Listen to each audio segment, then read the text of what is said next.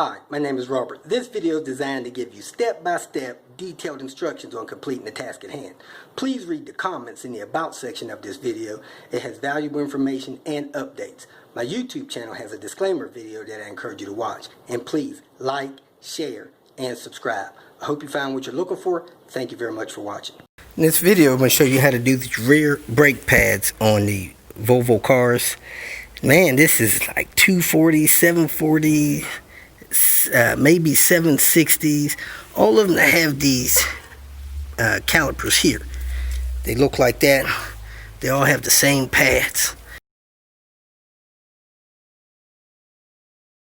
While the car is on the ground, you want to break the lug nuts loose. You want to jack the car up by the jacking point. Put a jack stand under it. Lower the car onto the jack stand. Remove the lug nuts. Take the wheel off. Now you'll have access to the caliper. Next thing you're going to do is get something to drive these pins out of the caliper. The tip of them are there. You got one there, one there.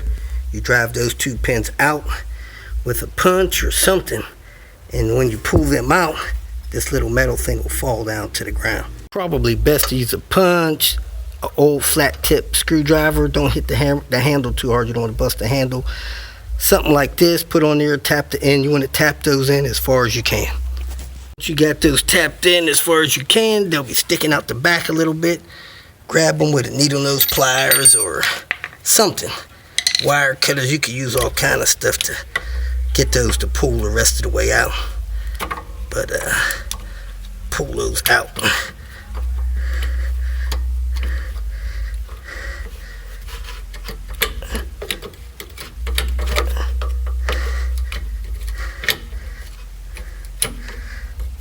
Once you get them out, you'll be able to slide the pads out. Do.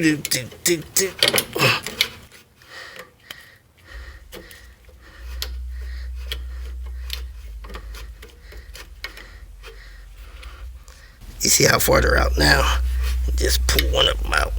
Sometimes you could push the top of the spring here with a screwdriver. While you pull this out, it'll come out easier. That's what I did with one hand. I used a tool to push that in, then I pulled the thing out. Now this will be loose. That'll come out easy. Now you can get a screwdriver or something and pull these brake pads out like this. Pull them out with a screwdriver, pair of pliers, anything. They just slide right out. They're supposed to have these shim pads here. These are anti-squeal pads. So just work these back and forth. Get these out. Now if you want, you can pry a little bit on the pad to spread the calipers.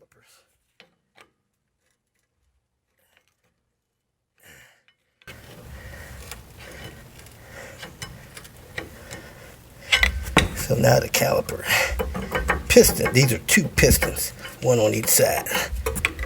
I don't know why that's so hard to come out of there. Normally they come out a lot easier. Must be some kind of rust buildup or something in there.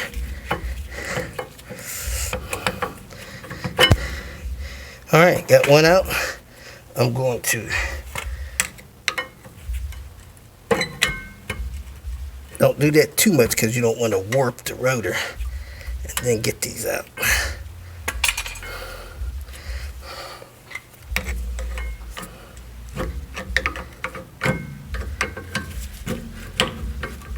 These pads are not as bad as the pads were on the other side. The other side, the brake pads are really bad. Alright, so you want to brush in there with wire brush top and bottom. You want to push the pistons the rest of the way in, make sure they work.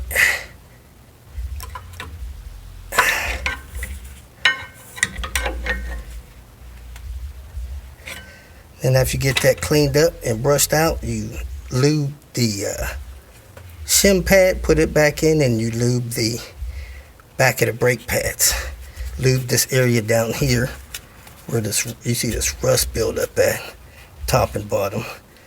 And you grease the pins And I normally clean the pins off with a wire brush, clean these shims off with a wire brush, and lube the back part of the pad.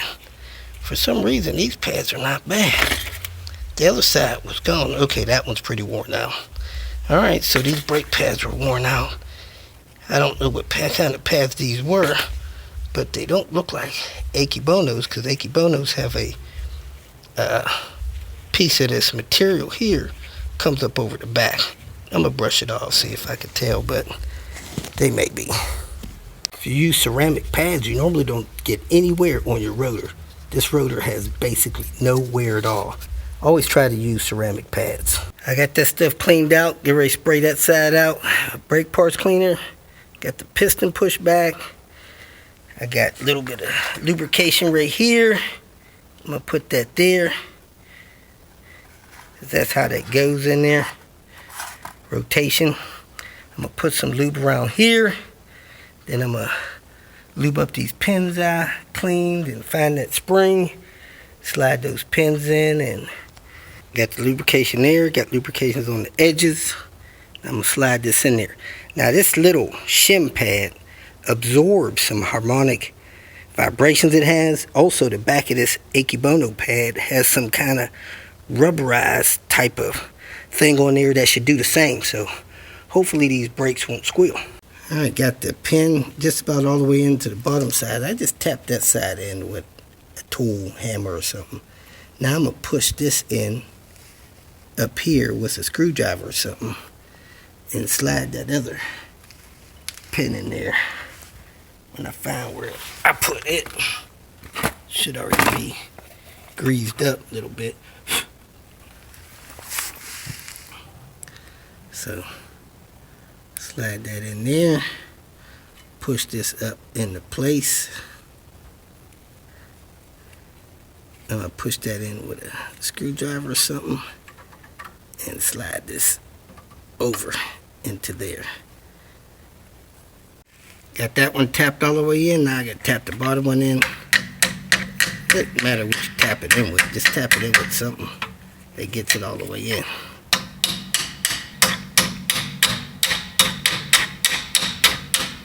Want it flush on the back, I gotta get that one in a little more so it could be like that one up there, and we'll be good to go. We're good to go.